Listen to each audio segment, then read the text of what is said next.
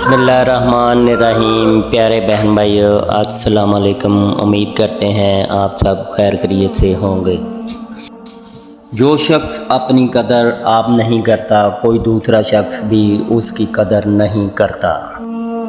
उलमा इसलिए गरीब और बेबस हैं कि जाहिल लोग ज़्यादा हैं और इनकी कदर नहीं समझते।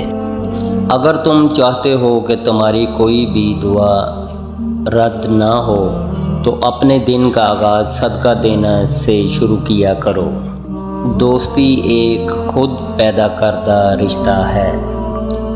इमाम अली रज़ी अल्लाह ताला अन्हो ने फरमाया, तुम किसी बदबख्त पर एहसान करोगे तो वो तुम्हारे एहसान के बदले तुम्हें दुख पहुँचाएगा।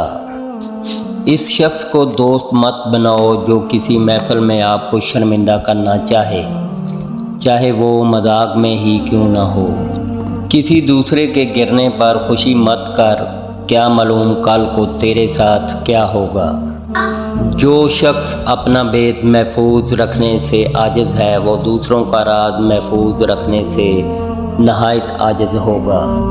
ये दुनिया कितनी ही अजीब है। ईमानदार को बेवकूफ़, बेईमान को अक्लमंद और बेहया को खूबसूरत कहती है। अक्लमंद अपने आप को पस्त करके बुलंदी हासिल करता है और नादान अपने आप को बढ़ाकर जिल्लत उठाता है। सिर्फ़ दो लोग मुक़द्दर वाले होते हैं, एक वो जिन्हें वफ़ादार दोस्त मिलता है और दूसरा जिनके साथ माँ की दुआएं होती हैं। आदमी की हिफाजत उसकी मौत किया करती है। मुसीबत में घबराना कमाल दर्जा की मुसीबत है। जहाँ आपकी इज़्ज़त ना हो वहाँ मत जाओ, चाहे वहाँ खाना आपको सोने की प्लेट और चांदी के चम्मच में ही क्यों ना दिया जाए। दुनिया वाले ऐसे सवारों की मानद हैं जो सो रहे हैं और सफ़र जारी है। अहमक की अकल इसकी ज़बान के पीछे और अक्लमंद की ज़बान इसकी अकल के पीछे होती है। मुश्किलात हमेशा बेहतरीन लोगों के हिस्से में आती हैं क्योंकि वो इसको बेहतर तरीके से अंजाम देने की सलाहियत रखते हैं।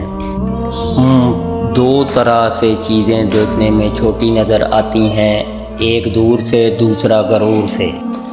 तीसरी बात यह है कि अगर तुमसे कोई ऐसी बात पूछी जाए जिसका तुम्हें इल्म ना हो तो ये कहते हुए ना शर्माना कि मैं नहीं जानता। कहावतें और मिसालें अक्लमंदों और इबरत हासिल करने वालों के लिए बयान की जाती हैं। नादानों को इनसे कोई फ़ायदा हासिल नहीं होता। जो शख्स अपने आप को खुद गुमराह करे, इसको कोई दूसरा शख्स किस तरह राह पर ला सकता है। जहाँ इज़्ज़त, सच्चाई और खलूस नज़र आए वहाँ दोस्ती का हाथ बड़ा हो वरना तुम्हारी तन्हाई तुम्हारी बेहतरीन साथी है।